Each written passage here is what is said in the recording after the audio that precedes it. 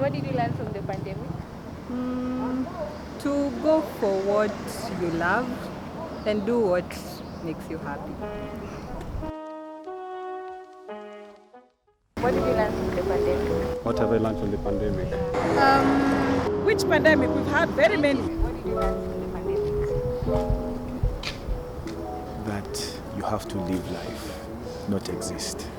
Yeah. That maybe pombe si addictive, ni kujifanya tu. Plan, but have a plan B, because anything can happen. You only live once. Kuna watu wajinga na kuna watu werevu. What did you learn from the pandemic? From the pandemic? Hey, kipangwingwi. Well, I learned that no matter what, no matter the situation, you can go beyond your limits. Just push harder and harder. Appreciating people, how to appreciate people. That life is actually short, and just live life, and anything can happen at any time. So yeah. You're the one you got yourself, I guess. You're alone.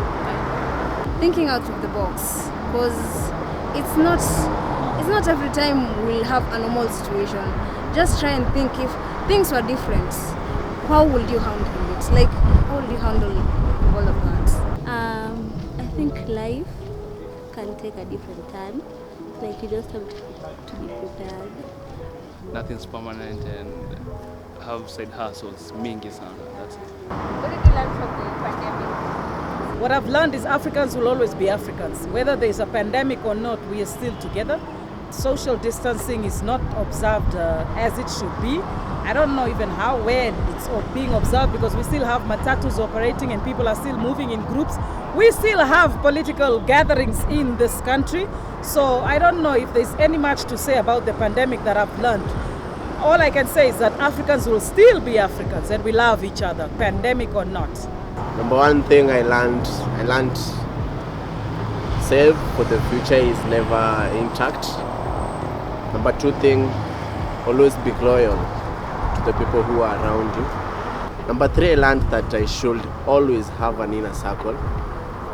And number four, I should always be open to any opportunity that's always coming my way. And always learn to adjust whenever things are not working. Yep.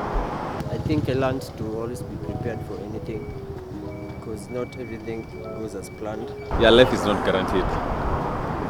Yeah, things just change. And like, you need to lower your expectations. Like, we don't know the future. Even 2022, we're not sure. With this current, what do we call it?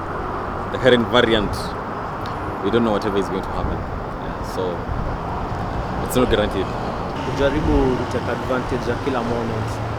Yeah, stop crying. I learned that it's good to be clean first of all.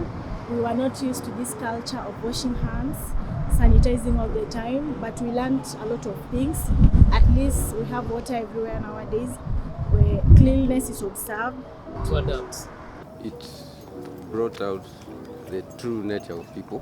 What I learned is, as in, people don't take information seriously. As in, wanangoja hadi time yenye as in waone it's serious ndo wanakuwa serious. They don't take warning as in seriously. What did you learn from the pandemic? I can just make money at home. I don't have to go out. From the start of the pandemic, I've learned how to hustle, how to depend on myself. Yeah. You have to have many sources of income. It's good for someone to start his or her own business, because so many were turned down from their work. You should always have something, at least to save something, just in case of anything. Unaweza disort ama unaweza depend on it. One must be prepared for anything, and then set red alarms. I'll have to invest more as young people. All I can say is that Africans will still be Africans and we love each other, pandemic or not.